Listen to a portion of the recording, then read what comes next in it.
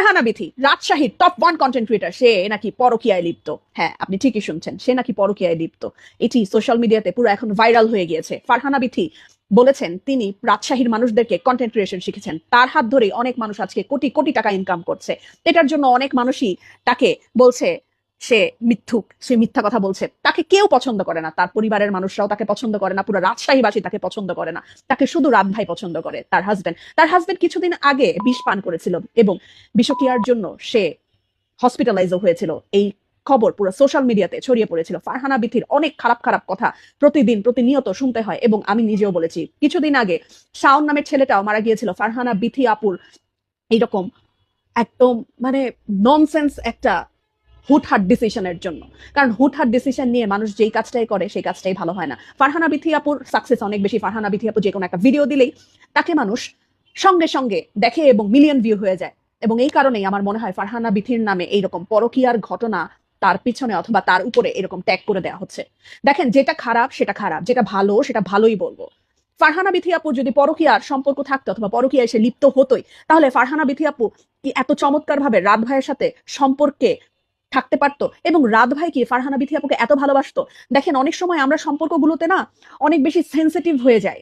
মানে ঝগড়া লাগলেই মনে হয় কি বিষ খাবো, ঝগড়া লাগলেই মনে হয় কি মরে যাবো, এরকম মনে হয়। কিন্তু তার মানে কি এই যে এইরকম করলেই আমার হাজবেন্ড অথবা আমার ওয়াইফ আসলে পরকীয়ায় লিপ্ত হয়েছে, এজন্যই আমি এটা করছি? ব্যাপারটা কিন্তু একদমই এটা না, একদমই এটা না। বিশ্বাস করেন, ব্যাপারটা একদমই এটা না। ফারহানা বিথি আপু ফারহানা বিথি আপু অনেক বেশি শো অফ করে, এটা আমরা সবাই জানি, সবাই দেখি, এবং এই জিনিসটা আমি নিজেও নিন্দা করি। অনেক বেশি সে তার গরিমা দেখায়, অনেক বেশি সে উশৃঙ্খলতা দেখায়, অনেক বেশি ইগোয়েস্টিক একটা মানুষ।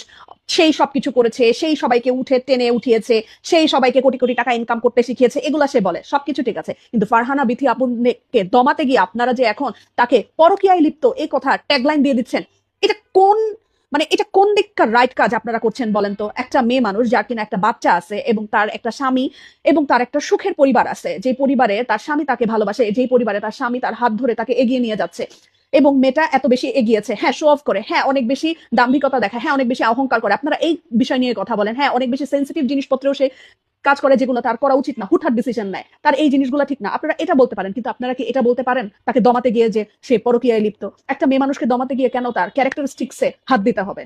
এটা বলেন তো। বাংলাদেশের মানুষরা না কেন যে এরকম করে আমি আসলে বুঝি না। কোনো কিছু হলেই মেয়েদেরকে গালাগালি করে, কোনো কিছু হলেই মেয়েদেরকে বলে যে মেয়েরা অন্য পুরুষে আসক্ত, অন্য পুরুষের সাথে সে কোনো না কোনো ভাবে শারীরিক ভাবে লিপ্ত। ব্যাপারগুলো একদমই এরকম না। যদি এইরকমই হতো তাহলে ফারহানা বিথি আপুর কত কত ফ্যান ফলোয়ার আছে, একটু চিন্তা করেন। কত কত মানুষ তাকে চিনে, কোনো না কোনো জায়গা থেকে তাকে